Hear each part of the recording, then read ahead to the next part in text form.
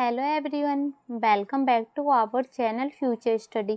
तो गाइस, इस वीडियो में जो बीए प्रोग्राम सेमेस्टर 4 के स्टूडेंट है, जो आपकी हिंदी सब्जेक्ट है हिंदी ए, इसके इम्पोर्टेंट क्वेश्चन भी आंसर बताने जा रहे हैं सेमेस्टर 4 स्टूडेंट के लिए, जो बीए प्रोग्राम के स्टूडेंट है, DU S L regular NCBF college student, जो कि आपका एमआईएल हिंदी है। ठीक है, तो देखिए यूनिट आपका थर्ड है, इसका जो चैप्टर सेकंड है, इसके यहाँ पर हमने इम्पोर्टेंट क्वेश्चन लिए।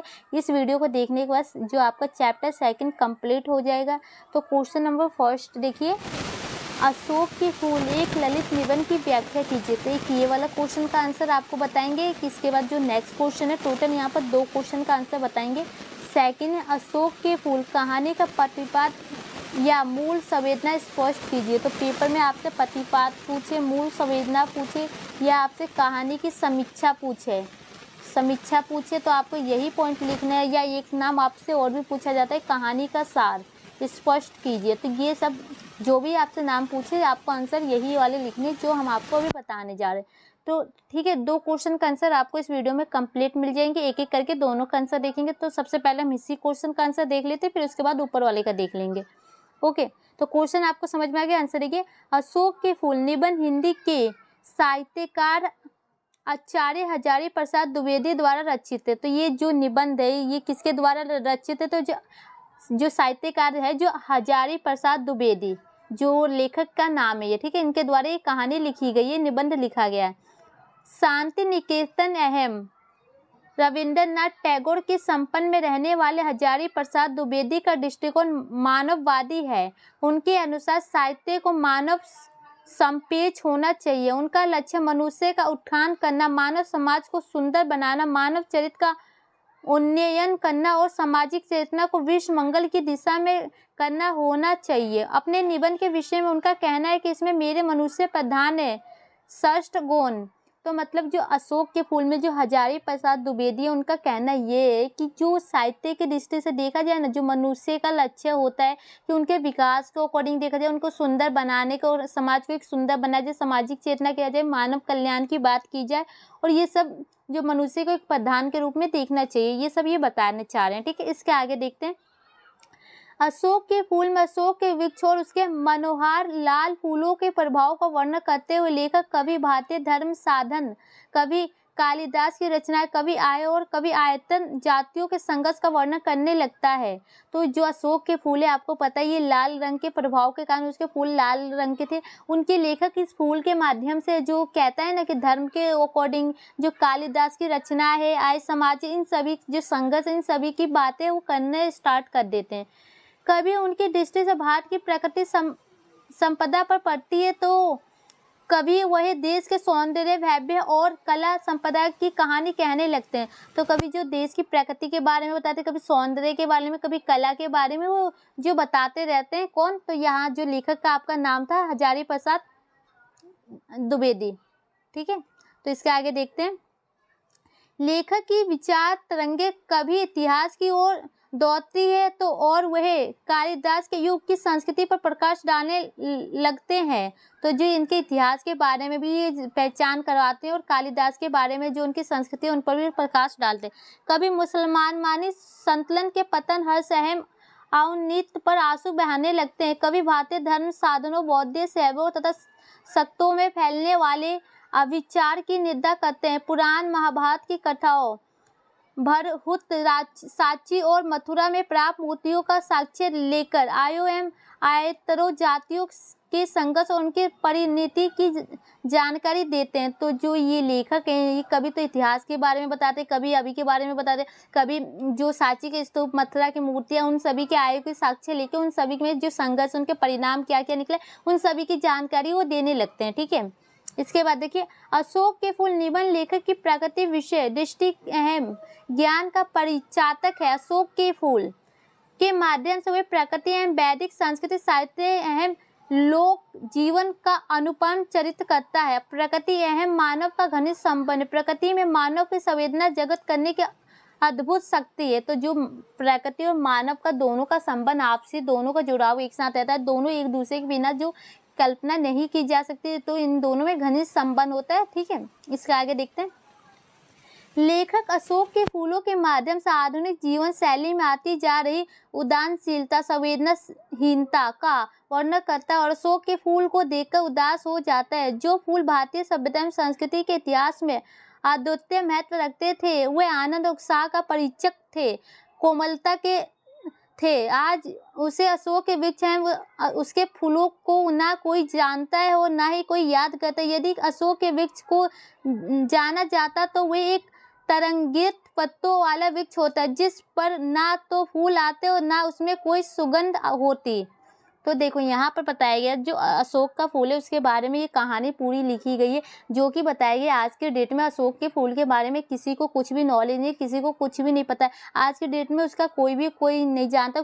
तो इसी को लेखक इसको सोचते हुए उदास सा हो जाता है कि इस फूल के बारे में कोई नहीं जानता, जो एक तरफ से जो सौंदर्य प्रकृति को देख के आपको वो फूल खिलते थे उसको पहले के ज़माने में बहुत ज़्यादा जानते थे, लेकिन आज के जो उनके सुगंध होते हैं उन सभी के बारे में कोई भी कुछ नहीं है, उससे परिचित नहीं है, कोमलता से उसके परिचित नहीं है। इसके आगे देखते हैं। प्रकृति की सुंदर धरोहर के प्रतीक संवेदनाशील हुए बिना भारतीय जीवन की परंपरा, सभ्यता एवं संस्कृति को समझने में हम असमर्थ है। तो लेखक कहते हैं कि जब तक आपको संवेदनाशील, जब तक भारतीय जीवन की परंपरा, उनकी प्रकृति के बारे में आप सुंदर के बारे, उनके चरित्र के बारे में आप नहीं समझेंगे तो जो आपकी संस्कृति और सभ्यता है उनको समझ नहीं पाएंगे। संस्कृति मनुष्य जीवन को उदारता प्रदान करती है, यही नहीं वह जीवन का रहस्यवादना कराने की क्षमता भी प्रदान करती है। परंतु मनुष्य आज अपनी जीवन शैली के कारण प्रकृति के इस अनुपम योगदान के अभिज्ञात होता जा रहा है। तो मतलब आज के जीवन में ये देखा जा रहा है जो प्रकृति रहस्यवादी जो भी चीज़ें होती हैं इन पर ध्यान नहीं दे रहा और मनुष्य आज के समय अपने जीवन शैली के कारण जो प्रकृति से बहुत ज़्यादा ही दूर, उनके योगदानों से दूर चला जा रहा है। लेखक कहता है कि प्रकृति का व्यापार निबंध गति से चलता है। प्रकृति के विभिन्न क्रिया व्यापार अपने नियत समय पर होते रहते हैं। प्रकृति अपनी क्रियाओं के द्वारा मनुष्य को अपनी उत्साह धार्मिक को बनाए रखने के लिए प्रेरित करती है। आज भारतीयों के जीवन में वह उत्साह धार्मिक कम दिखाई पड़ती है। जनमानस उदासीनता हो चला है, उमंग और उत्साह की तरंग विलुप्त हो जा रही है। तो मतलब लेखक ये कहना चाह रहा है कि जो प्रकृति के अकॉर्डिंग आप देखा जाए ना, जो मानव के जीवन में कोई भी जो खुशी होती है ना, जो उत्साह होती है, ये सब आज की डेट में खोती हुई चली जा रही है। ज़्यादा उत्साह लोगों के बीच में नहीं है। लेखक कहता है कि अशोक का वृक्ष उदास नहीं है, वह पूरी मस्ती के साथ आज भी झूम रहा है। तभी यह भी सच है कि लेखक अशोक के प्राचीन महत्व का स्मरण करके उदास हो जाता है, परंतु अशोक स्वयं आज भी उसी उत्साह, उमंग और मस्ती से साराबोर होकर झूम रहा है। वह मानव मात्र को यह संदेश भी दे रहा है कि आनंद, खुशी, उत्साह किसी अवसर विशेष के मोहताज नहीं होते। मनुष्य अपनी जीवन शैली के माध्यम से इन तत्वों को प्राप्त कर सकता है। तो लेखक ये यहाँ पर कहना चाह रहे हैं कि जो अशोक का फूल है ये उनके बारे में, प्राचीन सभ्यता के बारे में सोच के वो थोड़ा सा परेशान जरूर होते हैं, लेकिन जो अशोक का फूल है आज की डेट में भी वो बहुत ज़्यादा अपने आप में खुश है। वो किसी भी तरह से कोई भी दुखी नहीं, अपनी मस्ती में अपने में झूम रहा है। और वो ये भी कहना चाह रहे हैं अशोक का जो फूल है कि जो आपको कहते हैं किसी विशेष अवसर के मोहताज नहीं होते, मतलब कोई आपको खुशी के लिए कोई विशेष वजह खोजने की जरूरत नहीं है। आप अपने जीवन शैली में भी इन तत्वों को प्राप्त करके आप अपने खुशी का अंदाजा लगा सकते हैं, ठीक है, आनंद ले सकते हैं। इसके आगे देखिए, अंत में लेखक ये भी स्पष्ट करता है कि परिवर्तन प्रकृति का नियम है। सभ्यता एवं संस्कृति समय के साथ परिवर्तन हुई है। मनुष्य की शक्ति इसमें है कि उसमें हर परिवर्तन के अनुरूप स्वयं को ढाला है। तो देखो लेखक ये भी कहना चाह रहा है कि जो मनुष्य है, जो सभ्यता प्रकृति है, वो सभी चेंजिंग होती रहती है, समय के साथ चेंज होती है। तो मनुष्य की शक्ति ये होनी चाहिए जैसे परिवर्तन हो रहे उसके अकॉर्डिंग अपने खुद को ढालना चाहिए। अतः उदास होना व्यर्थ है, मतलब आपको उदास होने का कोई फायदा नहीं है। अशोक आज भी उसी मौज और मस्ती में लहर रहा है, वह कुछ भी नहीं बदला। मतलब अशोक का जो फूल है आज के समय में भी वहीं वो अपनी खुशी का आनंद ले रहा है। केवल मनुष्य की मनोवृत्ति ही बदलती है, बदले बिना जीवन का विकास असंभव था। लेखक एक स्थिति की कल्पना करता है कि यदि वह ना बदलती तो व्यवसाय संघर्ष प्रारंभ ना हो जाता, विज्ञान का पहिया घूम जाता तो बुरा होता, हम पिस जाते। तो मतलब बदलना भी उचित होता है एक समय के साथ।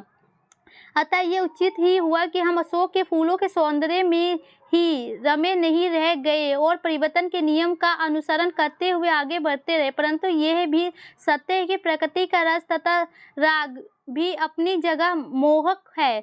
वहीं एक ऐसा तत्व है जो जीवन के आनंद को बनाए रखने की क्षमता रखता है। तो आपको समझ में आया जो जीवन के आनंद बनाने की क्षमता किसमें होती है, प्रकृति में होती है। आपके प्रकृति का अनुकूलन होना चाहिए, जो कि अशोक के फूल के माध्यम से यहाँ पर आपको बताया गया है कि जो आपके जीवन में जो भी खुशियाँ आती है वो सभी इसी के माध्यम से आती है। तो जो आपका क्वेश्चन ये वाला था, इसमें जो प्रतिपाद मूल संवेदना होती है, समीक्षा होती है, ये क्वेश्चन कंप्लीट हो चुका है। तो नेक्स्ट क्वेश्चन जो आपका बनता है, इस क्वेश्चन का आंसर देख सकते हैं यहाँ से। जो आपका अशोक के फूल एक ललित निबंध की व्याख्या, मतलब जो निबंध है उसकी व्याख्या अपने शब्दों में आपको लिखनी होगी। उसकी व्याख्या कीजिए कि उसमें क्या क्या पॉइंटें बताई जा रही है। तो ठीक है, आंसर देखते हैं यहाँ से। हजारी प्रसाद द्विवेदी की प्रतिभा बहुमुखी है। उन्होंने इतिहासकार, आलोचक, उपन्यासकार, अहम निबंधकार सभी रूपों में प्रतिभा अर्जित की है। उनके 8 निबंध संकल्पना प्रकाशित हुए, जिनके कुछ निबंध भाषण के रूप में तो कुछ आकाशवाणी से प्रसारित होने वाले वार्ता के रूप में लिखे गए थे, कुछ पत्र पत्रिकाओं के लिए लिखे गए थे।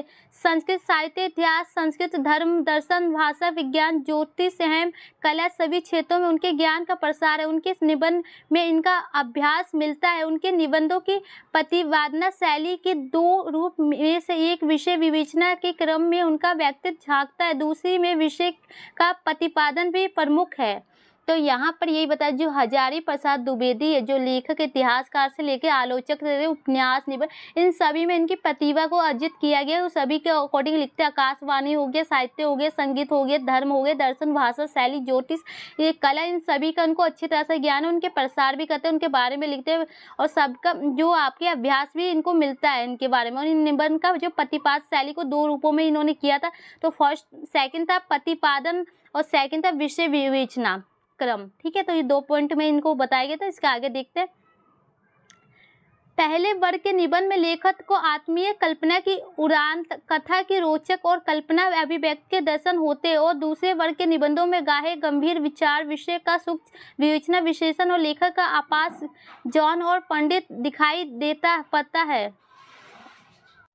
वर्ग के निबंधों को व्यक्ति व्यंजन या ललित निबंध और दूसरे वर्ग के निबंधों को विचारपरक निबंध की संज्ञा दी जा सकती है। तो इसे विचारपरक जो संघर्ष होते हैं उसको भी संज्ञा दी गई है। ललित निबंध में बुद्धि तत्व की अपेक्षा हृदय तत्व के विचारों के स्थान पर भावों की प्रधानता रहती है, और जो बुद्धि तत्व है उसकी जगह किसकी, हृदय तत्व की जो विचार होते हैं उसकी प्रधानता रहती है। ठीक है, लेखक का आत्म तत्व उसका व्यक्तित्व की निजी प्रतिक्रिया, निजी रुचि, दृष्टिकोण होता है। ऐसे निबंध पाठक के हृदय को स्पष्ट करते और जीवन करते, भावना करते चलते हैं। विषय और लेखक की मन स्थिति के कारण उसमें कहीं धारा शैली और कहाँ विशेष शैली का प्रयोग होता है। यहाँ से देखिए, हजारी प्रसाद द्विवेदी जी का अशोक के फूल एक ललित निबंध है, जिसमें भावना, कल्पना एवं अनुभूति की धारा प्रवाहित है, जिसमें लेखक के अनुभवों को दीर्घ परंपरा समृद्धि है। वह नज्ञ पदार्थों एवं सम्मानीय घटनाओं पर लिखित हुई अतीत की विचरण करने लगते हैं। भारतीय संस्कृति की विशेषताओं और प्राचीन अतीत के गौरव का स्मरण करने लगते हैं। अशोक के फूल में भी लेखक इस फूल के माध्यम से भारतीय धर्म, साधन, इतिहास, कालिदास के साहित्य आदि सभी पर दृष्टिपात करते हैं। वे भारत के प्रकृति, सौंदर्य, कला सभी क्षेत्रों में विचरण करने लगते हैं। तो जो हजारी प्रसाद द्विवेदी है, ये अशोक के फूल के माध्यम से जो भारत में हो रहे, जो अतीत के बारे में, इतिहास के बारे में, जो साधन है उनके बारे में, धर्म के बारे में, उन सभी के बारे में, सौंदर्य, प्रकृति के बारे में आपको बताने की कोशिश करें उसके माध्यम से। ठीक है, कि जो कैसे उसकी कल्पना की जा सकती है, कैसे उसको बढ़ावा दिया जा सकता है, कैसे प्राकृतिक सौंदर्य को समझा जा सकता है।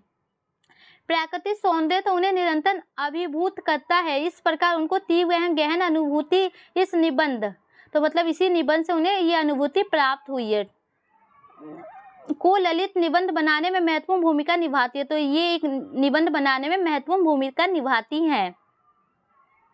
जहाँ जहाँ लेखक अपने जीवन, दर्शन, साहित्य आदर्श सामने रखता है, पाठक लेखक को अपने समीप पाता है। शोषण पर आधारित समानता, सभ्यता, सृष्टि का परिवर्तन, चकमहा जीविया, विषम क्षणों में उदास न होने का परामर्श आदि सभी कुछ पाठक को प्रभावित किए बिना नहीं रहता। वह उसकी अनुभूतियों को व्यापक बनाता है, संवेदना को छिन्न करता है और चिंतन मनन के लिए बाध्य करता है। अतः अशोक के फूल ललित निबंध का आदर्श प्रस्तुत करता है, जिसमें एक और विचारों को गुम्फ है, तो दूसरी ओर संवेदनशीलता, लेखक का मानवतावादी दृष्टिकोण और सांस्कृतिक प्रेम यह स्पष्ट झलकता है। तो मतलब अशोक के फूल के माध्यम से लेखक ये प्रेम के बारे में, संस्कृति और जो कि सभ्यता के बारे में, इसके प्रेम के बारे में बताना चाहता है, कि जो कि यहाँ पर फाइनली इस क्वेश्चन का आंसर कंप्लीट हो चुका है। तो इससे पहले हमने ये वाला क्वेश्चन करा दिया, इसके बाद ऊपर वाला क्वेश्चन करा दिया। तो वीडियो अच्छी लगे तो लाइक से जरूर कीजिएगा, चैनल पर न्यू है तो सब्सक्राइब कर लीजिएगा, वीडियो को ज़्यादा से ज़्यादा शेयर कीजिए। Thank you.